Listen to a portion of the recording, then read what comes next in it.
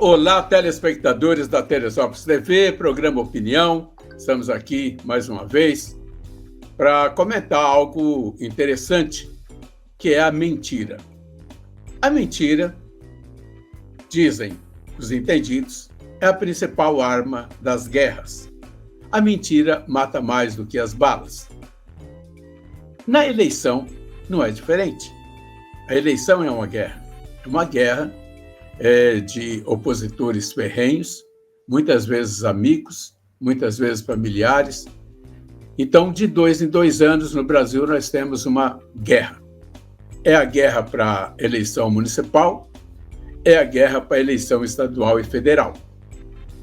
E a primeira vítima, nesse caso, é a mentira.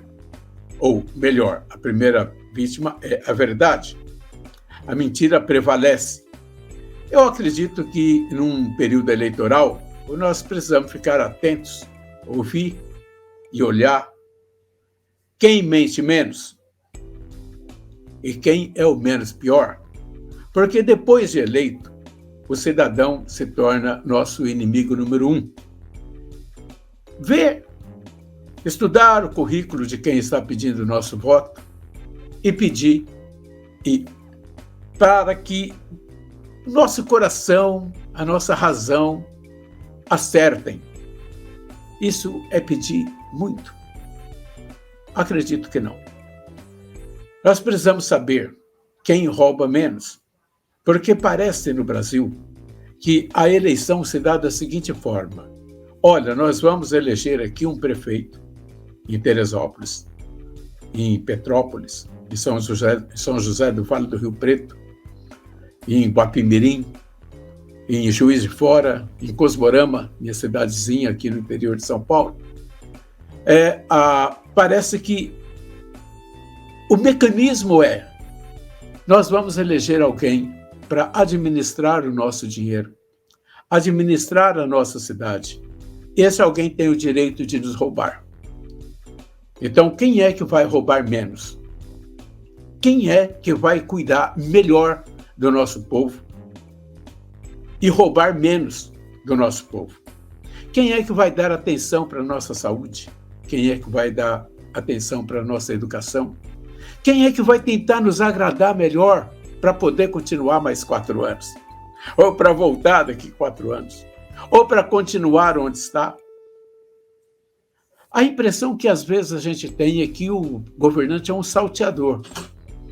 O governante é aquela pessoa que vai nos roubar, e nós sabemos disso. Então, nós precisamos saber quem vai nos roubar sem nos enfiar a faca e quem vai nos roubar enfiando a faca. É triste, é lamentável, mas é assim que a carruagem anda. Imaginem vocês, um prefeito cuida de todas as pessoas daquele município. E ele tem dinheiro para cuidar daquilo. Então ele tem que cuidar das escolas, das UBSs, dos postos de saúde, da estrada, da rua, das bocas de lobo, do jardim, das avenidas, manter a segurança, fiscalizar para que não sejam feitas agressões ao meio ambiente, agressões à lei de zoneamento, agressões ao plano diretor. E existe muito trabalho para o prefeito. E acontecem alguns pormenores que muitas vezes a gente não presta atenção. Eu fico abismado quando um cidadão, deputado federal, por exemplo, que tem lá em Brasília todas as mordomias, inclusive a mordomia de poder falar com o presidente da República. E ele larga tudo aquilo e vem aqui no município disputar uma eleição para prefeito. Por quê?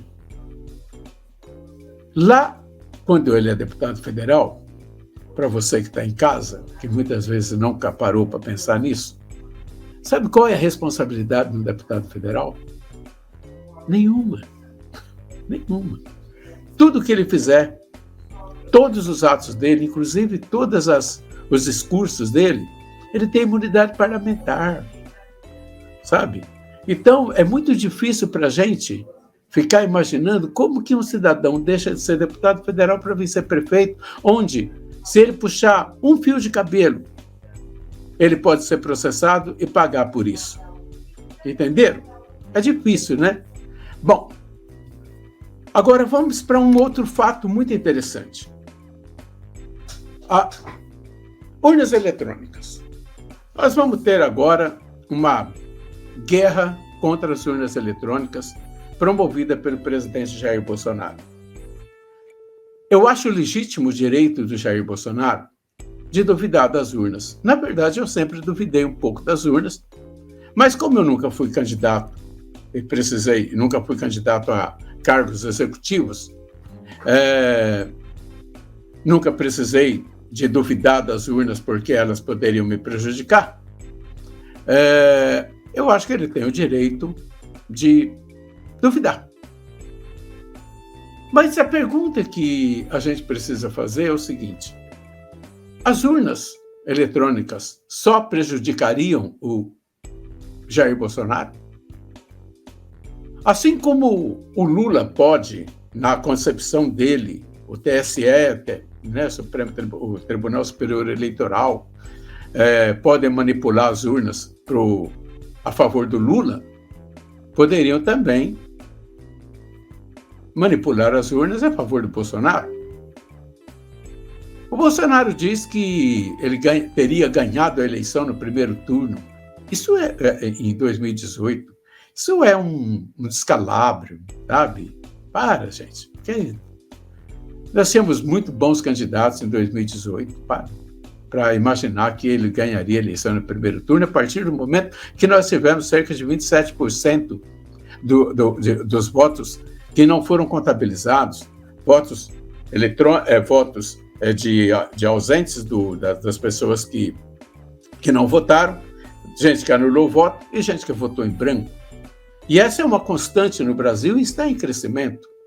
A cada eleição aumenta o percentual de pessoas que se recusam a votar, ou que votam nulo, ou que votam em branco. Então, os demais candidatos não tiveram 20%. O que é isso? Isso é uma loucura. Só você olhar os números para você saber o porquê que o Brasil inteiro iria votar num candidato que foi 28 anos deputado federal e nunca apresentou um projeto de lei que beneficiasse a população como um todo, que fez a sua campanha fazendo apologia de terroristas, que fez a sua campanha dentro de casa porque levou uma facada. Ora, pelo amor de Deus, gente. O brasileiro não é tão burro assim. Nós não somos tão burros assim, não. Sabe? Então, a mesma urna que prejudica o Bolsonaro pode prejudicar o Lula, pode prejudicar o Ciro, pode prejudicar o governador do Rio de Janeiro, o governador do estado de São Paulo, o governador de Santa Catarina, o governador da Roraima, e só o Bolsonaro é a vítima? Só ele vai ser a vítima? Gente, a grande verdade é o seguinte: na minha opinião, que é uma opinião pequena, né, perto dos grandes pensadores nacionais, o governo tem certeza que vai perder a eleição. O Bolsonaro já tem boas pesquisas qualitativas e não quantitativas como essas que são publicadas aí nos jornais ou na TV, que dão como certa a sua derrota. Esse é o desespero do Bolsonaro. Então ele precisa desacreditar as urnas para dizer lá na frente: tá vendo? Eu sabia que eu ia perder a eleição. Eu sabia, porque as urnas foram manipuladas pelo TSE. Só o Bolsonaro é inteligente no Brasil. O Brasil tem 220 milhões de habitantes e todo mundo... ninguém pensa nesse país. Ora, pelo amor de Deus. Pelo amor de Deus. É inacreditável isso. É só você sair na rua e ver o descontentamento das pessoas. As pessoas estão passando fome no Brasil. Aqui na minha cidade drasticamente aumentou o número de pessoas que estão morando na rua. As pessoas estão famintas, as pessoas não têm dinheiro para fazer compra. Tem uma parte que tem, claro, sempre teve. Tem uma parte da sociedade que está empregada, ou que é empresário, que faz o seu dinheiro acontecer, e está tudo certo. Eu, por exemplo, não tenho nada para reclamar do governo Bolsonaro, nem do governo do Lula. Eu tenho meu emprego, tenho a minha empresa, tenho meu salário, para mim está tudo certo. Mas e aquele cidadão que está desempregado e que tem que levar comida para casa porque tem filho em casa? Como que ele vê a situação? Então, vamos parar só um minutinho para pensar. A mesma urna que pode ser fraudada para derrotar o Bolsonaro é usada também e pode ser usada para fraudar a eleição do Lula, a eleição do Ciro, a eleição do governador do Rio de Janeiro, a eleição do governador de cada estado, a eleição de prefeito, a eleição de deputado, a eleição de senador, gente. Por que só o Bolsonaro? É essa a pergunta. Vamos pensar na mentira? Vamos pensar no menos pior? Em quem rouba menos e quem cuida melhor do nosso povo? Se a população achar que é o Bolsonaro que reúne essas quatro virtudes negativas para né? Votamos nele. Mas se não for ele, não votamos. E se nós não votarmos, o nosso voto será questionado, porque, segundo o Bolsonaro, as urnas vão ser fraudadas. Ah, César, em que mundo estamos vivendo? Que tempos são esses? Isso já dizia Cícero há 2000 anos atrás. Ó tempos! Ó tempos! Que tempos são esses? Abraço a todos.